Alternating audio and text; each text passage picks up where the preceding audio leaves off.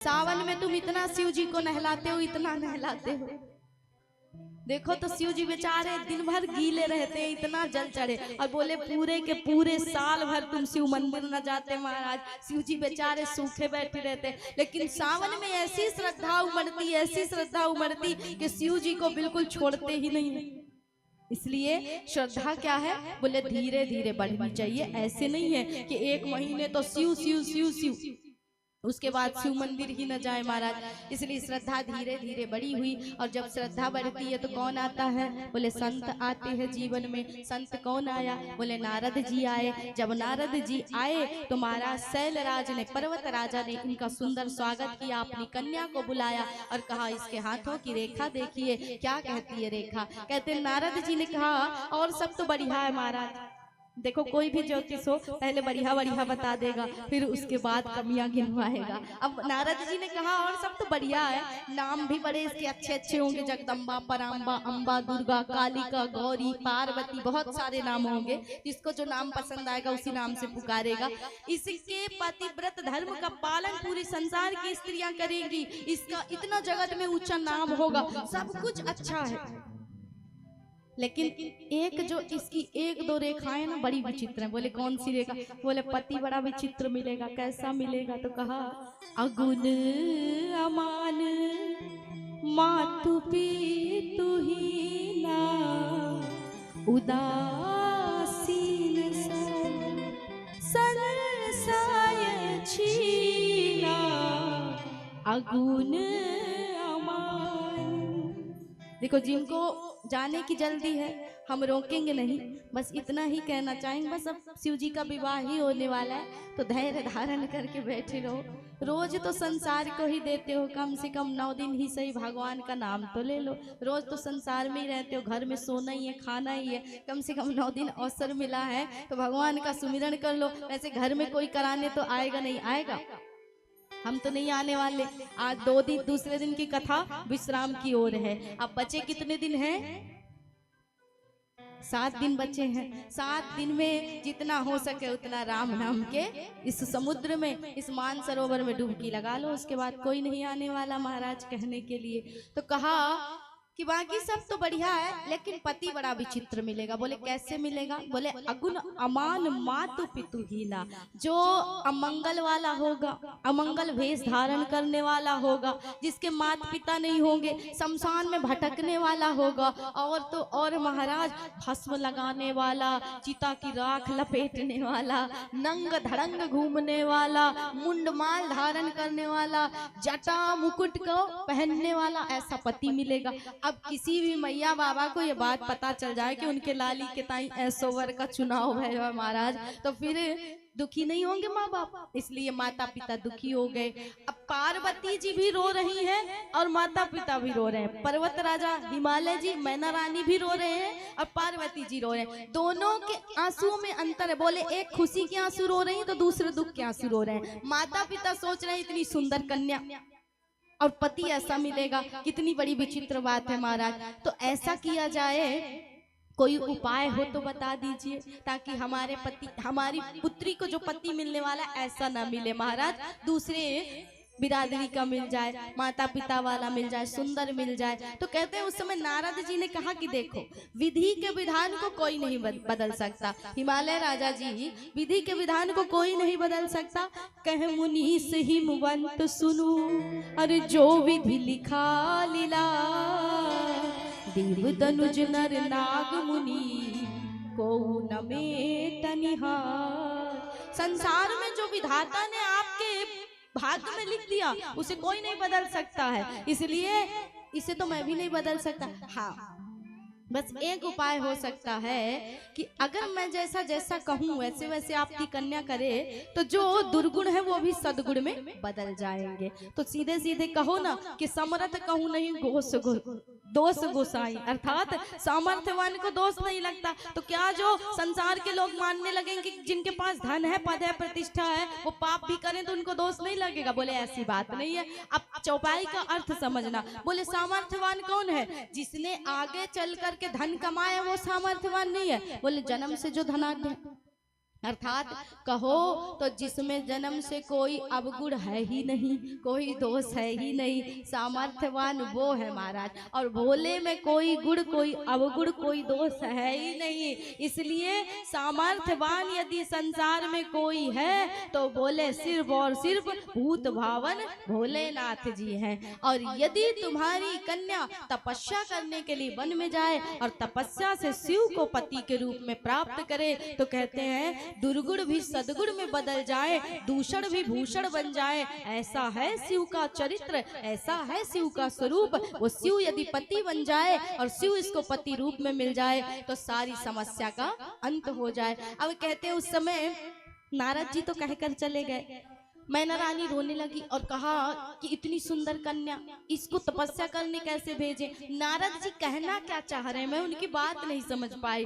हिमालय राजा कहते हैं बस इतना समझ लो कि नारद ने जो कह दिया है, नारद की वाणी, नारद का वचन क्या है, बोले पत्थर की रेखा है, पत्थर की लकीर है। क्योंकि नारद कोई और नहीं, बोले भगवान की ही वाणी है, भगवान का ही हृदय है महाराज। इसलिए नारद ने जो कह दिया वो हो करके रहेगा। अब तुम्हें कुछ नहीं करना, कन्या को कहो जा करके तपस्या करे। कहते हैं उस समय मैना रानी हृदय पर पत्थर रख लेती है कि इतनी सुंदर सुकोमल कन्या को कैसे भेजूं तपस्या के लिए, लेकिन भेजना तो पड़ेगा।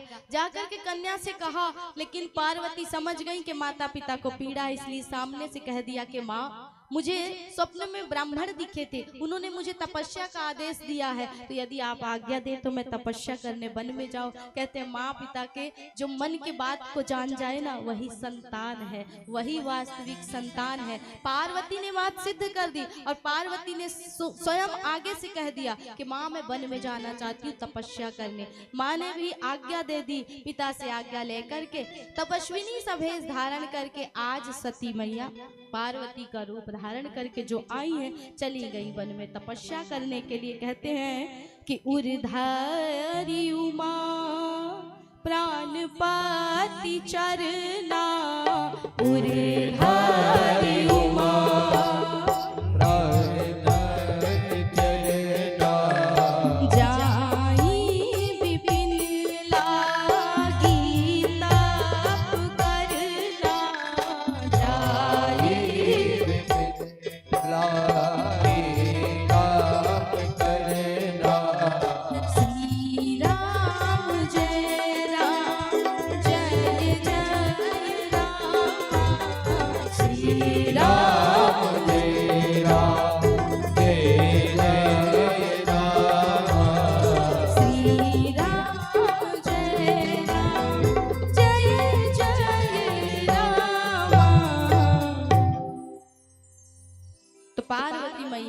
तपस्या करने लगी। तपस्या कैसी, बोले कई हजार साल तक उन्होंने कंदमूल का सेवन करके तपस्या की। ऐसी वैसी तपस्या नहीं कि 16 सोमवार का व्रत कर लिया और शिव जी मिल गए, बोले ना महाराज। कई हजार साल तक उन्होंने कंदमूल का अर्थात जंगली फलों का सेवन करके और तपस्या करी। उसके बाद कुछ हजार साल तक कंदमूलों का सेवन छोड़ दिया और सिर्फ जल पर टिकी रही। कहते हैं उसके बाद जल को भी छोड़ दिया और जो सिर्फ वायु का ही भक्षण करके तपस्या करती रही। और अंत में जिसने वायु का भी परित्याग कर दिया वो थी पार्वती की महाराज संकल्पित प्रतिज्ञा, शिव को प्राप्त करने की अखंड तपस्या। और कहते हैं पार्वती के इस अखंड तप की, पार्वती के वन तक जाने की कथा मैंने तुमको सुनाई। देवताओं ने आकर के प्रलोभन दिया, पार्वती की तपस्या अडिग न हुई, टिकी रही महाराज। और आकाशवाणी हुई कि हे देवी तुम्हारी तपस्या का परिणाम तुम्हें मिलेगा, शिव तुम्हारे पति बनेंगे, तुम घर चली जाना। हमारी बातों पर यदि यकीन न हो, विश्वास न हो, तो जब सप्त ऋषि आए मिले तो उनकी बातों पर यकीन करना और भोलेनाथ ही तुम्हें पति के रूप में मिलेंगे, इस बात को मानना और घर चली जाना। ये हुई पार्वती की कथा। अब शिव जी का क्या हाल है, बोले महाराज जिस दिन से सती गई हैं बेचारे यहाँ से वहाँ डोलते रहते हैं, कभी राम राम गाते हैं, कभी समाधि लगाते हैं। आज जब समाधि लगा करके बैठे राम प्रभु प्रकट हो गए, भगवान को प्रणाम किया, हे नाथ आज आप कैसे आए, कह देते तो ये दास आ जाता आपके पास। कहते उस समय राम जी ने कहा काम ही ऐसा आ गया था, कि हमें स्वयं आना पड़ा। कभी कभी भगवान को भी भक्तों से काम पड़ जाता है महाराज, इसलिए आना पड़ जाता है। तो भोलेनाथ काम ही पड़ गया था ऐसा। बोले क्या काम है? बोले आपको विवाह करना। कहते हैं भोलेनाथ मुस्कुराए और कहा प्रभु एक बार करके फंस गए थे, मुक्ति मिल गई है, अब दोबारा मत कहो। लेकिन राम जी कहते हैं कि करना तो पड़ेगा, विवाह तो करना पड़ेगा। अगर आप विवाह नहीं करोगे तो तारकासुर को मारेगा कौन? आपकी संतान नहीं होगी तो तारकासुर का उद्धार कैसे होगा? इसलिए विवाह तो आपको करना पड़ेगा। भोलेनाथ ने कहा इच्छा तो नहीं है, पर आप हमारे स्वामी हैं, इसलिए स्वामी की बात को कभी भी दास टाल नहीं सकता। आपकी बात सिरोधार्य है। कहते हैं उस समय भोलेनाथ को देख करके राम जी ने कहा कि हमारी बात सिर में नहीं रखनी है। बोले क्यों? क्योंकि शंकर तेरी जटा से, बाबा तेरी जटा से बहती है गंगाधारा, शंकर तेरी जटा से, बाबा तेरी जटा से बहती है गंगाधारा, काली घटा के अंदर, काली घटा के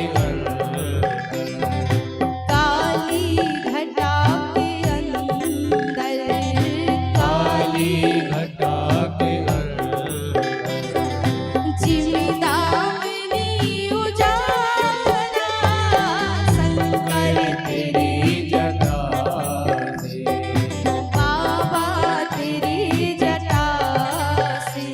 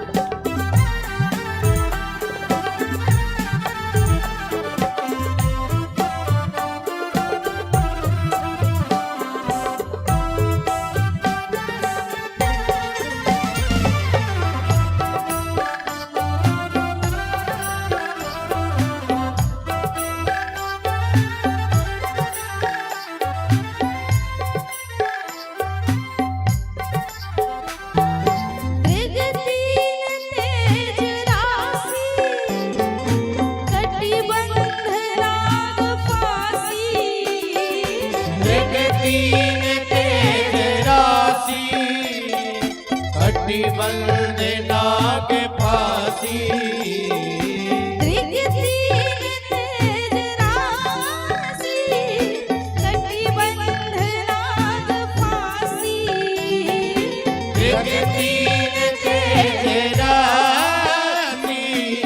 कटिबंध नाग फांसी गिरिजा है संग दासी, गिरिजा है संग दासी सब विश्व के आधारा गिरिजा है संग दासी गिरिजा है संग दासी सब विश्व के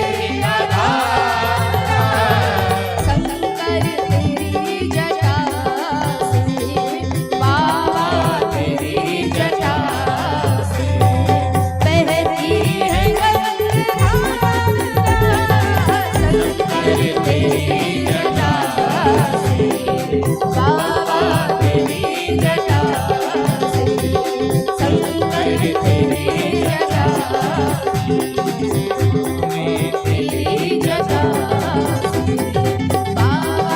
तेरी जटा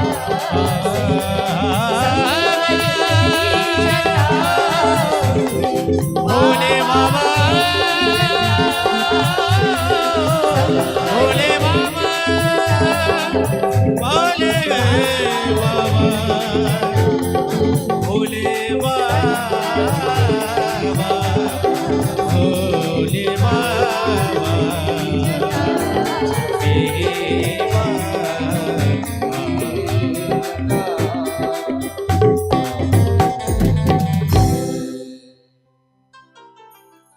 तो प्रभु राम कहते हैं कि भोलेनाथ हमारी बात को सिर में मत धरना। क्यों?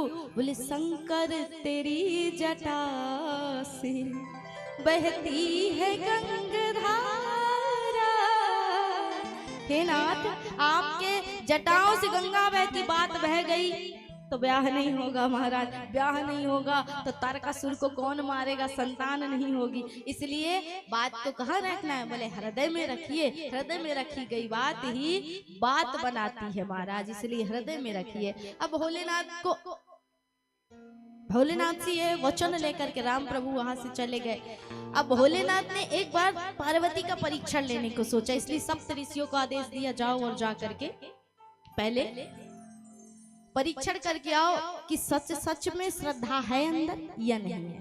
कहते वही सप्त ऋषि पहुंचे और जब पार्वती को देखा तो कैसी सुंदर छवि है। बोले ऋषि गौरी तिन्हीं देखी कैसी, ऋषि ने गौरी देखी कैसी, मूर्ति मंत तपस्या जैसी, ऋषि गौरी।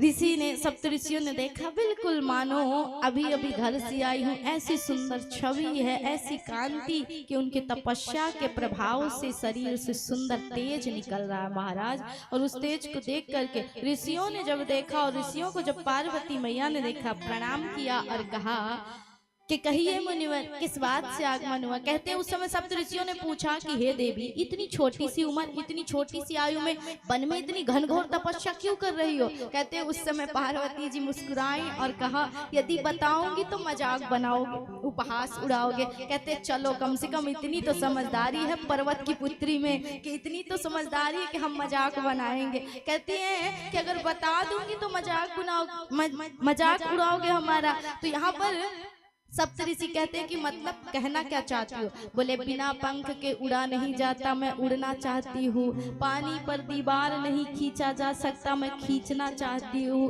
बिना महाराज जल के ऊपर कोई कैसे चल सकता है, मैं चलना चाहती हूँ। बोले करना क्या चाहती हो। बोले शक्य को अशक्य और अशक्य को शक्य बनाना चाहती हूँ। अर्थात जो असंभव है उसे संभव और जो संभव है उसे असंभव समझ लो, बस यही करना चाहती हो। बोले मतलब, बोले भूत भावन भोलेनाथ को पति के रूप में प्राप्त करने के लिए मैं ये तपस्या कर रही हूँ। अब तो जोर से सप्तऋषि हंसे और कहा देवी सबसे पहले ये बताओ ये उपदेश तुम्हें दिया किसने? बोले नारद जी। नारद जी मेरे गुरु हैं और नारद जी ने कहा है तपस्या करो। तो भोलेनाथ बोले जिसका खुद का घर नहीं बसा वो दूसरे का क्या बसने देगा महाराज? नारद का खुद का नहीं बना है वो तुम्हारा क्या बनने देगा? इसीलिए उल्टी सीधी पाठ पढ़ाई है। देखो देवी उनकी बातों में यदि पढ़ोगी ना आजीवन कुंवारी रह जाओगी। वो शमशान में भटकने वाला नंग धड़ंग जिसके माता पिता कुल गोत्र का पता नहीं है महाराज, और तो और चिता की राख लगाने वाला, उससे विवाह करके क्या मिलेगा तुम्हें?